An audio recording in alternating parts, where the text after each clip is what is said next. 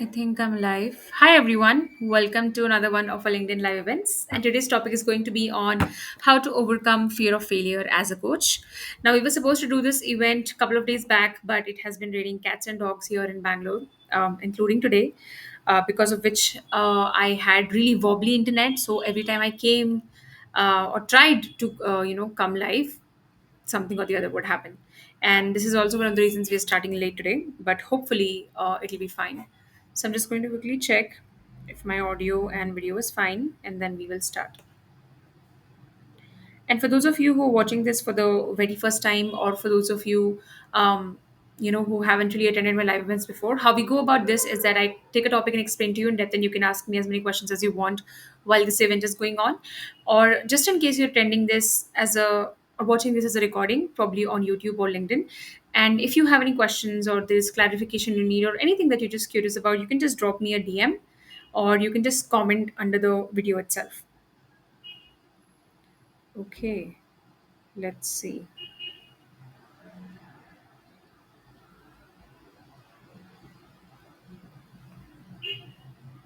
Where did it go?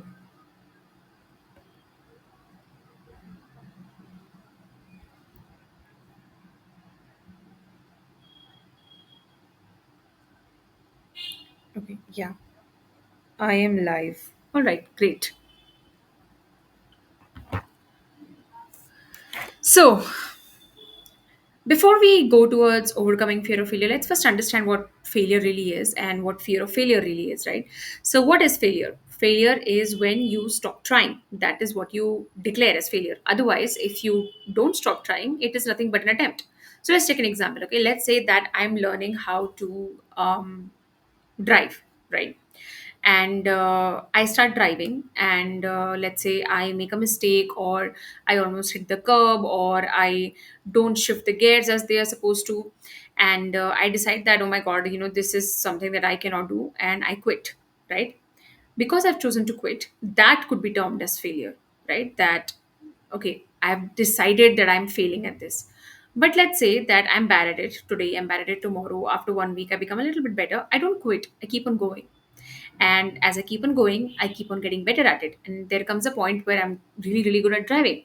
So when I look back at all the attempts where I did not do well, what they look like is attempts. They don't look like failure.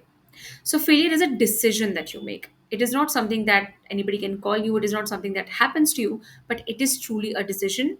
And it is a decision that comes from a place that I don't want to try anymore. Right? So failure is when you decide that you are one. It is not something that anyone can assign to you. Right?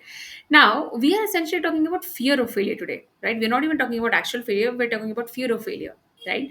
So when it comes to becoming a coach right now, again, you can be an aspiring coach, or you could be someone who's a certified coach but you don't really know how to monetize your business, right? So I think both the categories come under the same picture, because ultimately you don't have a business if you're not making money, right? So if you are someone who is in that boat, the fear of failure can feel pretty big, right? And again, not actual failure, but the fear of it, because failure is something that you decide. Now, let's talk about how does fear of failure actually look like, because a lot of people believe that, no, I don't fear failure, this is something else, that's why I'm not pursuing my business, that's why I've quit my business, that is why this, that is why that, right? And it's very easy to say that because we don't really understand fear of failure in depth. So let's talk about the few parameters that you exhibit, that we can consider as a manifestation of the fear of failure, right? Before I do, I'll just again check if everything is fine.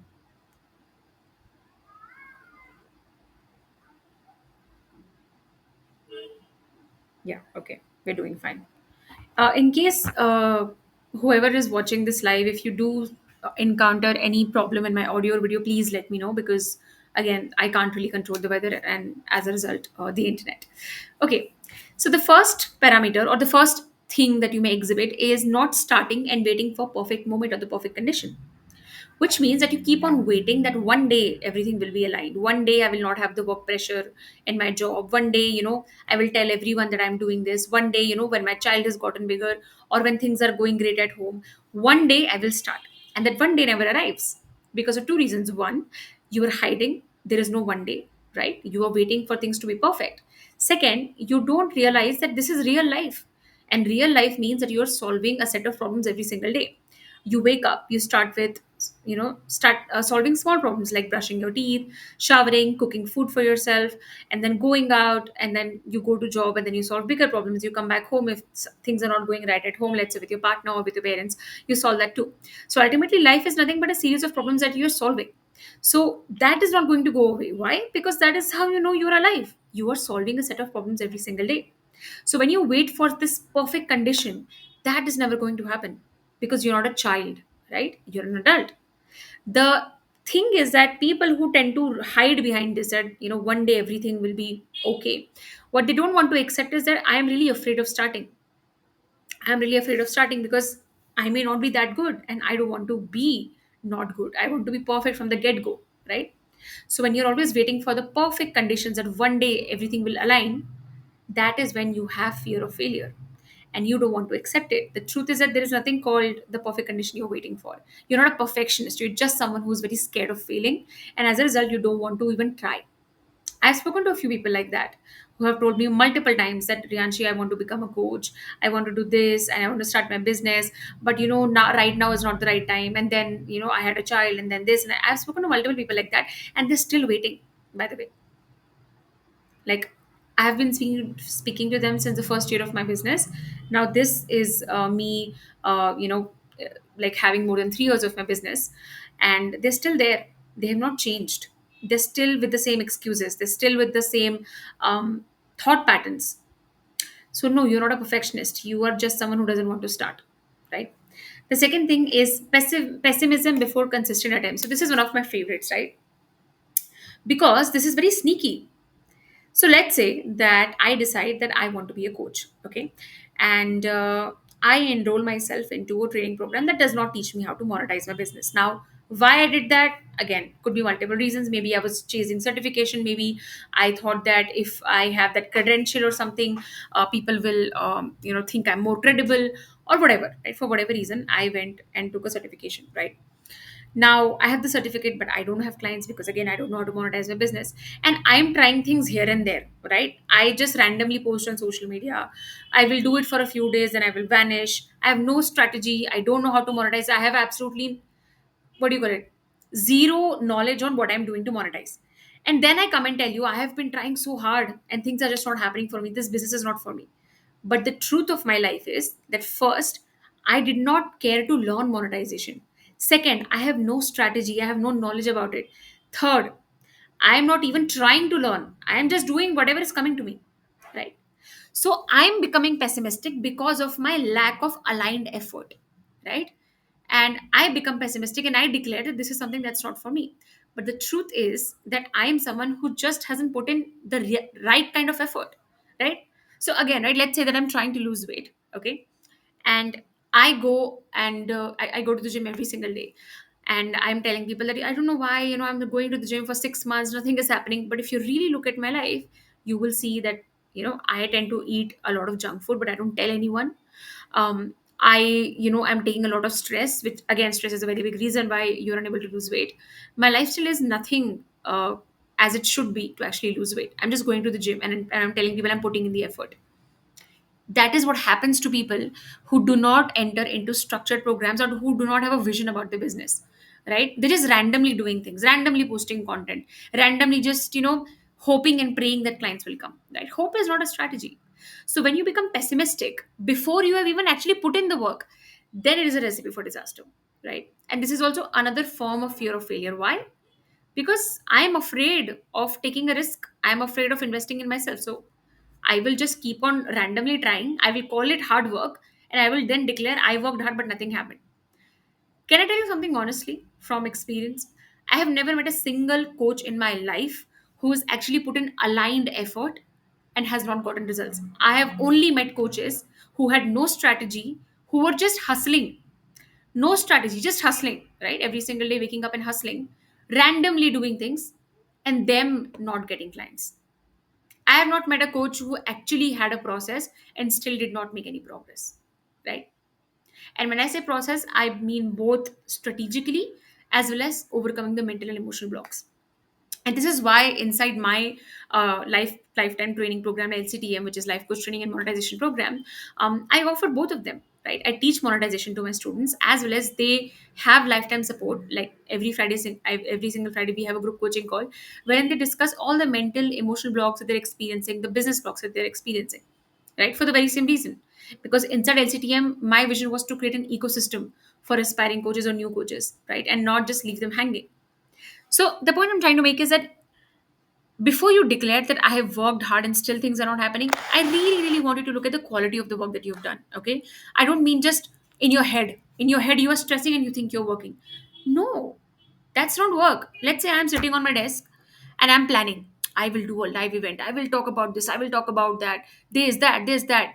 But the truth is, I'm not actually coming and talking. I'm not doing the actual work. I'm just thinking. And I'm exhausted by my thinking. And I think that exhaustion by thinking is hard work, which is what I see a lot of coaches do. They think and think and think, and they think they're working hard.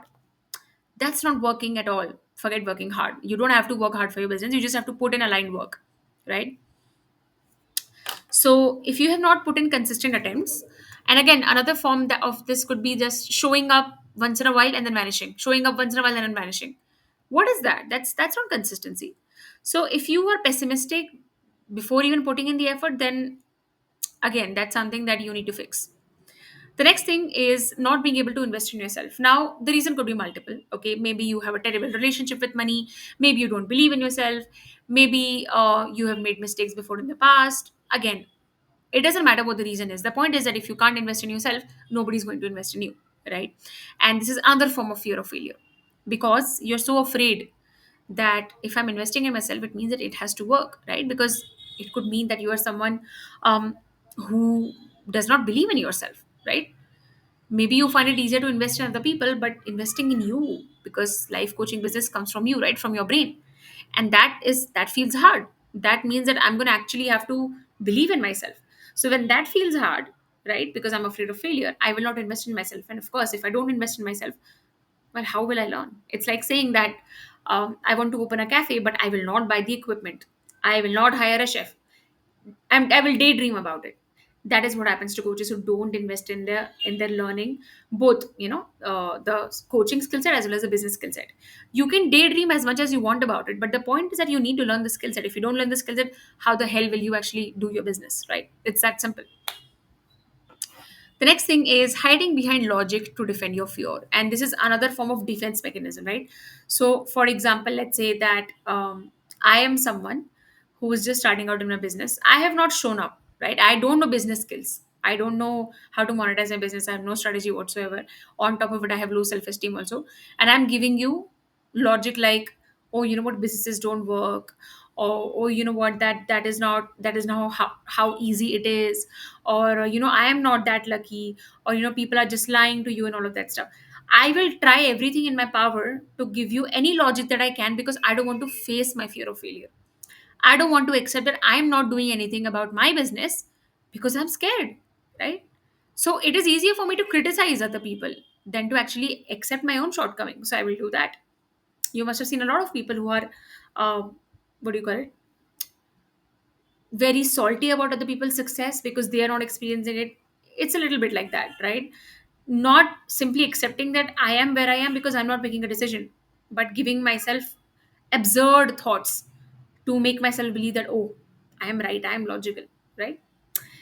Something that I like to tell my clients is that no matter how logical you think you are, and no matter how many excuses you can give to yourself, ultimately, if you're unable to create the life of your dreams, then everything is useless, right?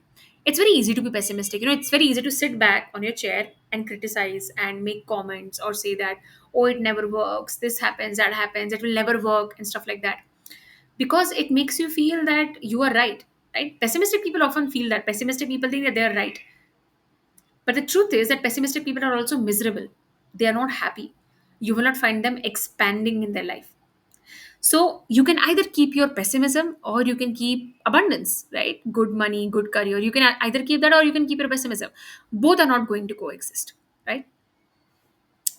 Now, rejecting and discarding your dreams, right? This is also another form of fear of failure. So, for example, let's say I want to be a coach, but anytime I think about it or I want to tell people, I think that I'm a small person. I like, how can I even tell that to people? Or I make fun of my own dreams. I, laugh at my own dreams and ha ha ha, how will I ever be able to become? So basically, what I do is I try to make myself small, right? I don't want to accept that I have this dream. I don't want to accept that this is something I actually want. Or when people ask me, I don't want to tell them that, you know what, I want to become this or I'm doing this training, right? So I myself reject my dreams. I myself make myself feel small. Now again, if I go into why it happens, there are multiple reasons. You can watch a lot of my live events on that. But the truth is that this is another form of fear of failure. When you are playing small, when you're laughing at yourself, when you're making fun of your dreams, when you don't take yourself seriously, right? It's like, before someone else rejects me, I will reject myself. Before someone else says anything to me, I will just make fun of myself. Right? It's just nothing but defense mechanism, right? Or just a way to not really become visible, right? Hide, don't take yourself too seriously, or just say that, oh, I'm just one of those people, whose dreams will forever be a dream, saying things like that. The next thing, and this is again one of my favorite points, is not taking out solution to obvious problems. Now, what is an obvious problem? Okay, let's say that you are someone who wants to become a life coach, right? You see other life coaches, you see the work that they're doing, you see the money that they're making, you see the impact that they're making, and it moves you. It makes you feel that, oh my god, this would be my dream job. Now, the problem is very, very simple. You want to become a really good coach, an impactful coach, a trained coach. Second, you want to be a coach who makes money. The solution to this problem is very simple: get inside a program that offers you both of them, right? But for people who have a lot of fear of failure, they come up with imaginary problems, or they will not solve the obvious problem that they have, right? So, for example, let's say that I have a problem that I need to wear a black t shirt this weekend and I don't have it. The answer is very simple. No, I go to a store and buy a black t shirt, but I will not do that. What will I do? I will think, I will overthink. Will the store really have the black t shirt? Will the black t shirt really look good on me? Maybe I don't have enough money for it. Maybe, I shouldn't do it. I shouldn't go to the event at all. Why should I not go to the event? So I am just lost in my thoughts. I'm debating them. I am waking up every day with anxiety. I will do anything rather than just going and buying that black t-shirt and solving my problem. That is also what happens to a lot of people. They don't want to solve the problems that they have. They like reeling in them. They like overthinking. And again, why? Could be multiple reasons, could be multiple emotional or mental blocks. For that, you can work with a trauma informed coach. But the point is that there are problems that you have that are very obvious. And the solution to them is also very obvious. You don't know how to make money through your coaching business? Learn it from someone who does that. You don't know how to coach? Get inside a good coach training program. That's it. Right? If I want a black t-shirt, the solution is that I go and buy one instead of reeling under overthinking. Yeah. Or actually I go and see how many types of black t-shirts that actually exist instead of, overthinking, oh my God, which one should I choose? There is no substitute to actually solving the problem, right? A lot of people keep waiting that somebody will come and solve it for me. One day the time will click, one day God will give me enough inspiration. Or one of my favorite things also that people do, which I like to call them out for, is that they wait for things to get worse. A lot of people who are in full-time corporate jobs, they can't accept the fact that, okay, I really do want a business of my own, right? And of course, and something that I always tell people, specifically my students also, is that build your coaching business on the side. You don't have to quit your job for it, right? What happens to a lot of corporate professionals is that they don't want to make the jump. They keep on waiting that one day I will quit my job and then I will make the jump. And I always tell that that's not going to happen. You have not made any money from a coaching business. You will never feel safe enough to quit your job. So why do you want to? It takes 2 to 3 hours every day to work on a business, and that too if you have a full practice. Right now, if you don't have a full practice, you just need to put 4to 6 hours in a week, and for that you don't need to quit your job. So the point is that you can come up with any excuse that you want, but it is not, all of it is nothing but, like fear of failure that you're hiding behind. No matter how logical it may seem to you, the truth is that it is not making your life any better. And if it is not, it's just a thought that's not helping you. Now, coming to why does the fear of failure exist? So I'm going to talk about multiple theories as to why they exist, and they come from based on the multiple conversations I've had with people, as well as through my own work of being a trauma informed coach. Before I do, I will just quickly see if we are doing fine audio and video wise.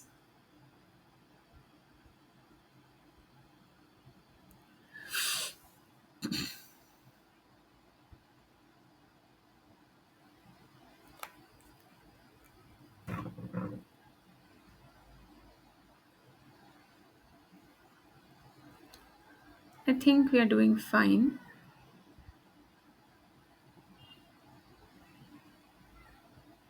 Yeah, yeah. All right, let's go ahead. Why does a fear of failure actually exist? Now, this is a very important question because if you don't resolve the fear of failure, it will forever keep you stuck, right? The first point is the overachiever's trauma. Now, if you have attended my free 4-day boot camp on healing a childhood trauma, you would know what overachiever's trauma is. Or if you have attended my previous live events, or you're someone who's inside my community, free community, the safe space, you would know that.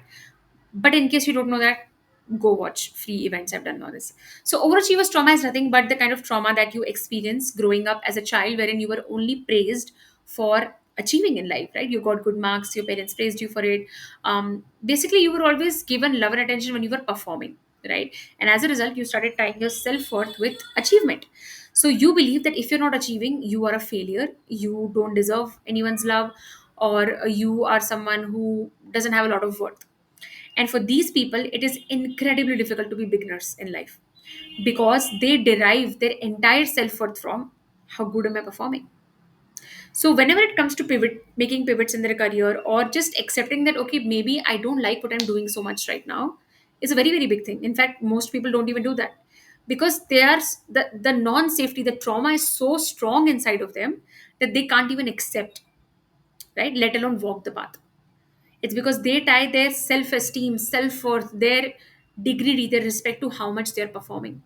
And some of the signs of people who have this trauma is always anxious about how much money am I making? Am I in a good position or not? Competing a lot. Always worrying about, am I doing good in life or not? Always worrying about, performance, basically anything external, right? They don't actually feel good when they're living, let's say, a life that has contentment. They prefer competitiveness more, and as a result they find it difficult to take breaks. There's always guilt involved, and there's a lot of stuff, right? You When you go watch the live event I did on overachiever's trauma, you would know. But the point is that when you have this, the fear of failure is quite evident. Why? Because to you failure means I'm unworthy. My existence has no meaning. That's how big any kind of mistake is to you, because you believe that I have something to prove. I have to keep proving myself at every point of time, right? So people who have overachievers trauma find it very difficult to start anything in life because, see, the thing is that when it comes to a new skill set, you have to be a beginner, right? For example, so today, I went to a pottery workshop in the afternoon, and I went with high hopes and expectations, but I realized that it's far more difficult than I thought it would. And to be very honest, I kind of sucked at it. I sucked at it. I wasn't good at it at all. And when I was doing it, I realized that there is such a big difference between people who do it so easily versus people like me who are doing it for the very first time. But if I really want to learn it, right, I'm going to have to be okay with being a beginner. I can't go there with this ego that, oh my God, I have to be perfect. Because when I go there with that ego, I will never start. Why? Because I can't see myself making any mistake. Because my entire self worth lies in how much am I performing. So when you have overachievers trauma, you will always struggle with fear of failure because to you, failing or even making a mistake or just accepting that this is not something I want to do feels like a really big thing. It makes you feel like you're unworthy. So how do you resolve this? You need to do some inner work here, right? Work with a trauma informed coach. I have helped countless clients with this, so if you're interested, you can work with me too. But again, you need to work on this.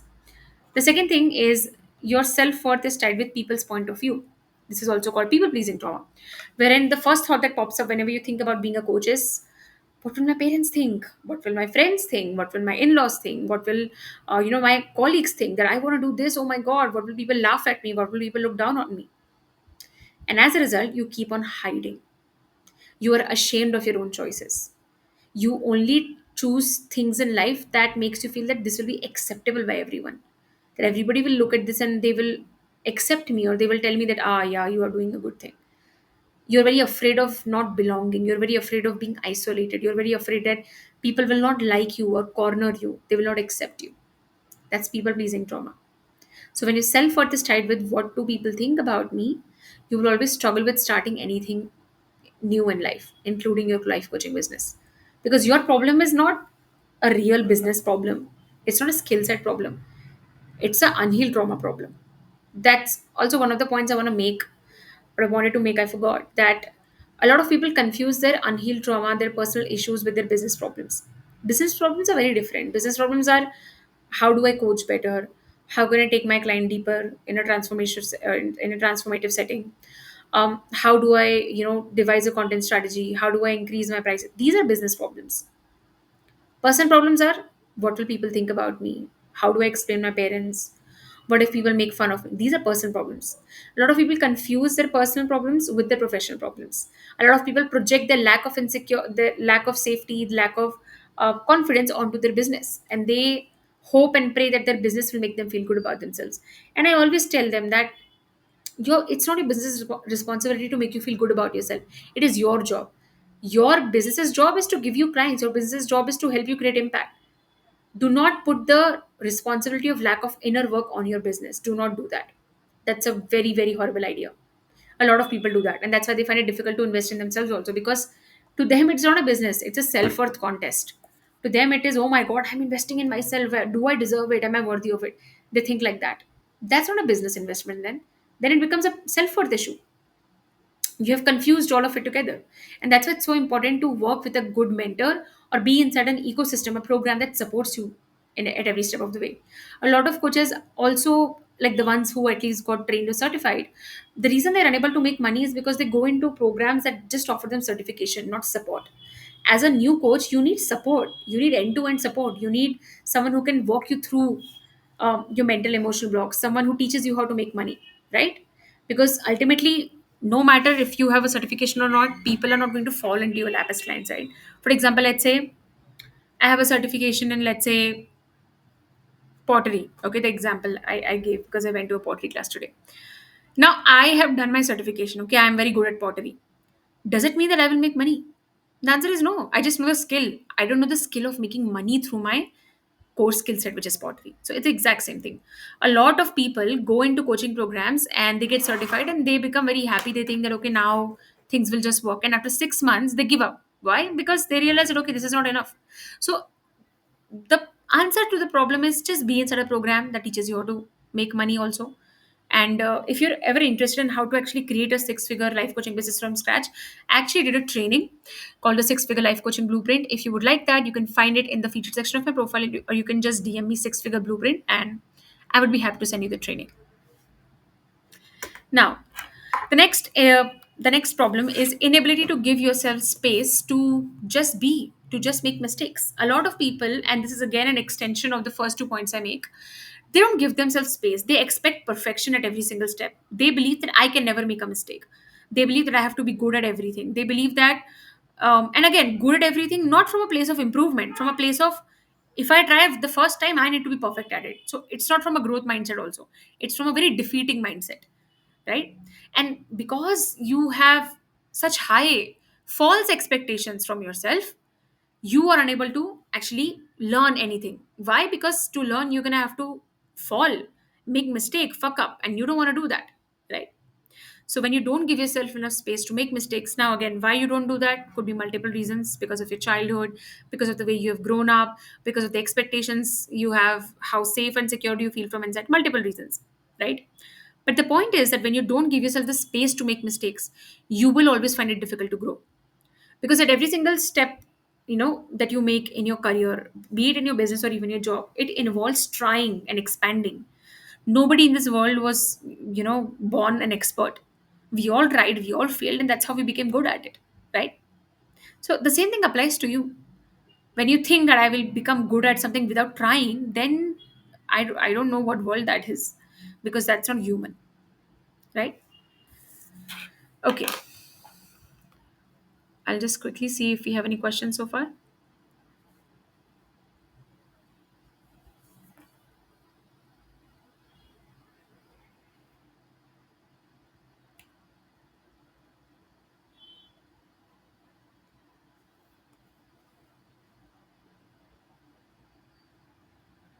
Okay, I don't see any questions as of yet.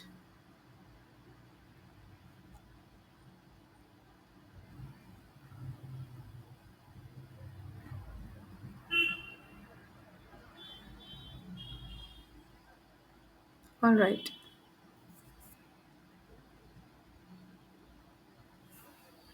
Let's move ahead to another point, which is self worth tied with output. This is again an extension of the earlier points that I've made. When your self worth is tied with your output in general, right? How much money am I making? How much am I performing? How many awards do I have? How much recognition I have? Then again, you're going to have that fear of failure. Because see, when you start a business, initially your output will be less. Why? Because you're learning, right? The example I gave you, I went to pottery workshop today. It took me an insane amount of time to do something that the teacher there who was teaching me took. Like, so there is this technique called centering the clay, right? Before you actually start the pottery, you have to like center the clay and you have to make it into this dome shape thing. She used to do that in 45 seconds. For me, it was taking me 20 minutes. Can you imagine the difference, right?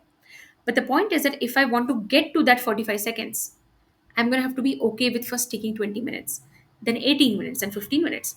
Similarly, in the first year of my business, when I used to coach, it used to take me time, right? It used to take me time to understand my clients' problems. And in the first year of my business, I didn't make the money I make now. The time I take right now to market my business, to coach people, is 1/10 of what I used to take in the first year of my business. But because I was willing to do that in the first year of my business, I'm able to come here today, right? So the point is that when you're always measuring how well you are doing in your life only through output, which means that you're married to the outcome and not the process, you will find it very difficult. And as a result, you will quit a lot. You have a very defeating mindset, right? You will try for one, two times, and then you will give up. You will try for a few times and you will say, oh my god, nothing is working out. That's a very defeating mindset, right? Because your self-worth is tied to output. You don't want to become excellent at what you do. You just want the praise at the end of it. You just want the money at the end of it. And the ironic part is, it is only the people who become excellent in their craft that they actually make money. It is not the people who are obsessed with money that make money. It's the ones who are excellent at the craft. And when I say craft, I don't just mean coaching skills. Please do not go down that path. I mean coaching as well as business skills. I know a lot of certified and unpaid coaches. Like, I really know them. You will find a lot of coaches on LinkedIn, on Instagram writing coach, but if you really ask them about the business, they will tell you that no, they're not making a lot of money or not making money at all. Anybody can write coach in their bio, right? But are they actually a legit coach? That should come from a place of, is their bank balance increasing or not? Because there's a difference between paid and unpaid coaches.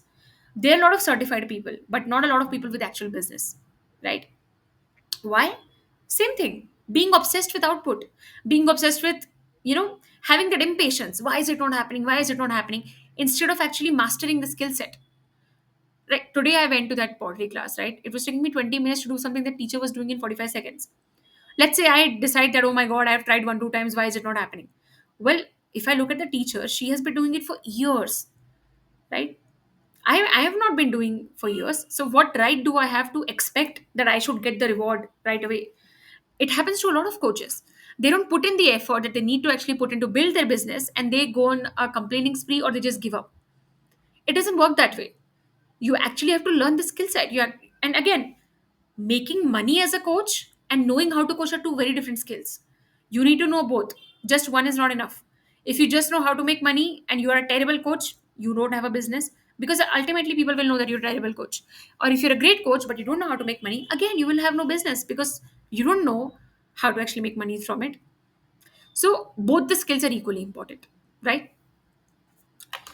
Now, lack of self belief or conditional confidence. This means that you only believe in yourself when everything is going good in your life. You only believe in yourself when somebody is giving you good feedback. You only believe in yourself or keep on going when externally something is coming, right? So your confidence is very conditional in nature, right? Your confidence is not unconditional. You don't believe in yourself when things are not going right. You only believe in yourself when things are going right. So it's like, to you, like every effort that you put in feels more hard because you're trying to even earn your self belief.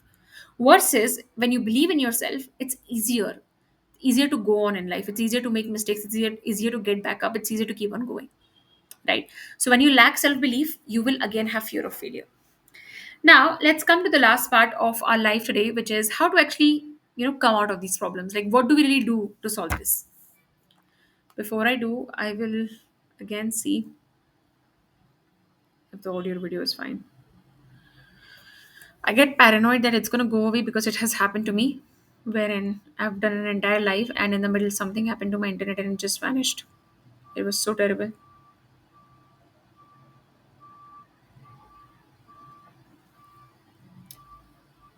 Okay, not really questions, but just so for those of you who have sent me the DM training, I will be sending you the link. And meanwhile, you can just find it in the feature section of my profile also. If you don't want to wait for me to send it to you, just go to the featured section of my profile and you will see it, right? And I'm also doing, by the way, an upcoming training this week on going from having a hobby to a proper life coaching business, right? How to create a life coaching business from scratch. So I'm doing that as well this weekend on Sunday. So you're welcome to join us there as well. Now, how to come out of this fear of failure? So let's first understand the difference between real problems versus assumed problems. Now, how do we know that, right? Real problem is I don't know how to coach. Assumed problem is I will not make money.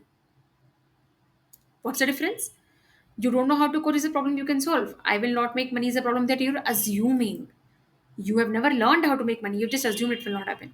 Real problem is that I'm having trouble taking my client deeper into my coaching sessions, or I'm having trouble charging higher. Assumed problem is people will never say no. People will never buy from me. People will not take me seriously. My business will not work. It's the assumed problems. So the difference between real and assumed problems are that real problems are solvable. Assumed problems are the ones you make up to defend your fear of failure. That's it. So if you have fear of failure, whatever problems you have, sit down, take a notepad, divide the page in two halves, write down problems, or you know what, just write down all the problems, and then take another color pen and write down R for real problems, A for assumed problem. How do you know what is a real problem? A real problem is a problem that I can solve, but I'm not choosing to solve. Assumed problem is a problem that I'm assuming I will have. I have not even put in the effort. I don't even know it's in the future, but I'm assuming. I don't have the fact, right? So I don't know how to code is a factual problem. People will not buy from me is not a factual problem. It's an assumed problem. Yeah. So usually assumptions come from either the past or the future. So for example, in the past, let's say you had a bad experience um, with selling. So now you think, oh, I will never be able to sell. It's a skill set. That's not a fact that you will never be able to sell. It's an assumed problem. So sit down and classify your problems between real and assumed. The more assumed problems you have, the more you need to know that you need to snap out of this. And when you have real problems, just go and solve it. And if you're someone who's wants to be inside an ecosystem, a program which not only turns you into a world class coach, certifies you, but also teaches you how to monetize your business, and you're very welcome to join inside my lifetime life coach training and monetization program, LCTM. If you would like to enroll in or you would like to know about it, you can just DM me LCTM, and I would be happy to talk to you about it. Now, the second problem or the second thing that you can do is what can you control, right? Now, a lot of people like to focus on things that they cannot control because they think that they're great problem solvers, or they think that I'm thinking far ahead. You're not doing anything when you're focusing on things you can't control, right? It's like saying that it will rain, so let me not go out at all. I have to go and buy groceries. I will not go out. Why? Because it will rain. It might rain. Now, it might rain, it might not rain. I don't know. What can I do in my control? I can carry an umbrella with me. I can maybe go to a nearby grocery store. I can maybe get something online. I don't know. There are multiple options. When it comes to your coaching business, there will be things you cannot control. Yes. For example, other people's reaction. What you can control is what do you choose to say to them? How do you respond to it? So you have to look at what you can control. A lot of people get obsessed with what they can't control. That is something that is true for every single business in the world. You can't control your job either. What if tomorrow someone fires you? What will you do? You will focus on what you can control, right? You will go and apply for more jobs. It's the same thing in your business. Focus on the things you can control. The more you focus on it, the less it will matter what you can't control, because again, right, the amount of pipelines you will have open up for yourself because of trying so many things will outweigh any anything that you cannot control. The problem with a lot of people is that they keep on focusing on what they can't control instead of actually focusing on what they can. So what can you control? Get inside a good program, training program. Get inside a program that teaches you how to make money. Work with a mentor who themselves have a business so that you have real time experience working with someone like that. You have control over monetization skills. You have control over your coaching skills. You have control over how much you show up. What you don't have control over, what will your parents think? What will your friends think? What if someone says no? You don't have control over that. You do have control over how many people you talk to, how much you show up, how skilled you are. Most people focus on the latter, things you can't control. And that is why they keep on reeling in this fear. The next thing is data over feelings. This is one of my favorite things I teach to my clients, my students in the LCDM. If you don't have real data and you're just coming from feelings, so I'll tell you two things. One is don't do a business, it's not for you. I'm sorry, it's just not for you. Second, if you actually do want a business, collect data. If you come and tell me that, oh my god, people will never buy from me, my first question is, how many people have you sold to? If you come and tell me that nobody is buying from me and you're a trained coach, I will ask you, how many people have you actually pitched your offer? How good are you in your coaching skill set? Are you trained? Do you know how to sell? Do you have a strategy? What are you doing? I will ask for data. See, a lot of coaches get obsessed with their feelings only. Oh my god, nothing is happening. Where is the data? Because when you really look at the data, how many people am I actually speaking to? Do I have a strategy, or do I just show up once in a week and then vanish, show up for 1 month and then vanish? If you do that, the data suggests that you're inconsistent, and that's why you don't have a business. So don't get obsessed with your feelings. Separate. Business needs data. What is data? Are you good at your coaching skills? How many coaching hours do you have? How many people are you pitching your offer to? How many people are you actually selling to? Do you have a strategy in place? How you're showing up? Are you actually marketing your business? Or have you just spoken to four people and you have declared that my business is dead? Because that means that you don't have a business at all, because you're not doing the business.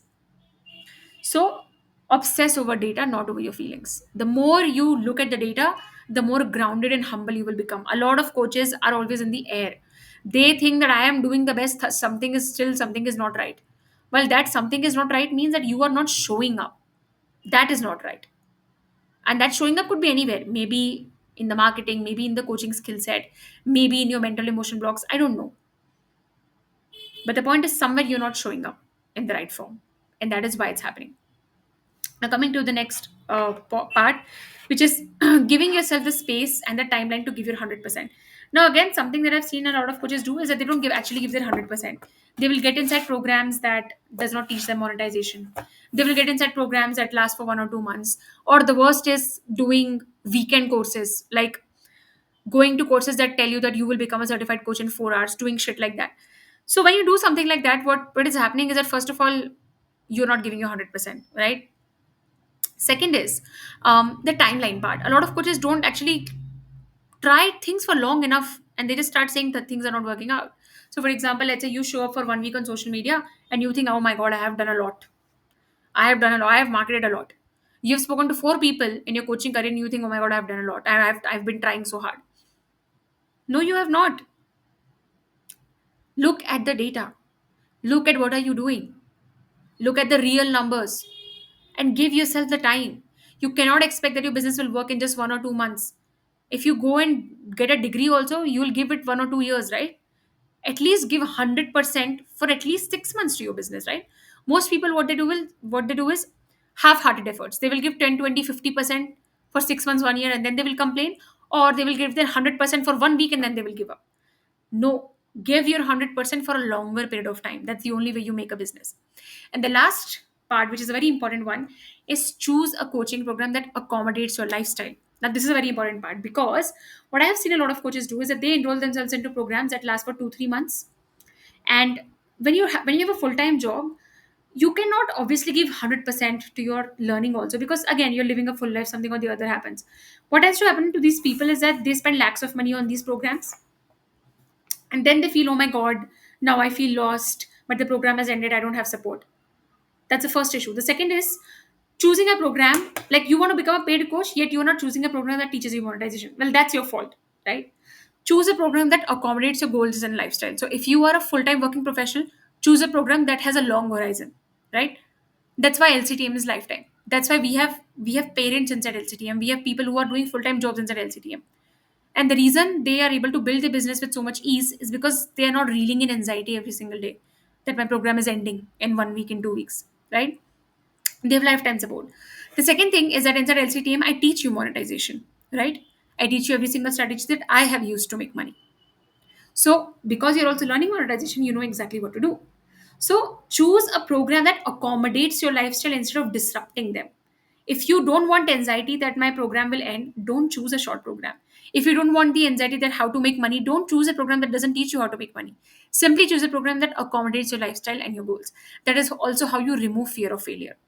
Fear of failure can also be a feedback. Okay, it also can be a very real problem. For example, if you're scared that okay, I'm paying so much money in a program, and what if the program ends and I have not learned, that is a real problem. Have a solution for it. Enroll into a program that offers you a good amount of support. So learn to see what are the problems that I can solve so that my fear of failure goes down, as well as what can I do to resolve it in from a feelings perspective, right? So I hope that based on whatever it is that I have taught you today, you'll be able to segregate whether your fear of failure is real or not, and what is it that you need to do to overcome it. I'll just quickly see before I end today's call if you have any questions.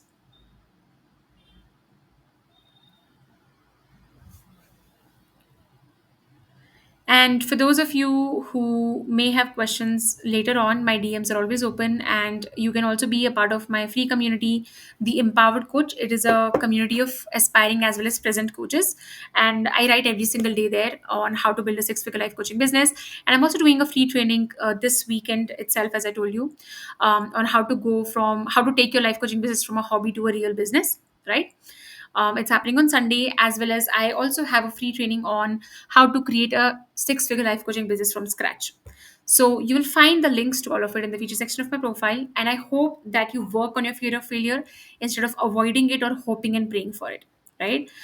Something that I will always tell you is that if you have a problem, there's also a solution. Just implement it, right? All right. Thank you so much for joining. And I will see you next week with another live. Bye bye.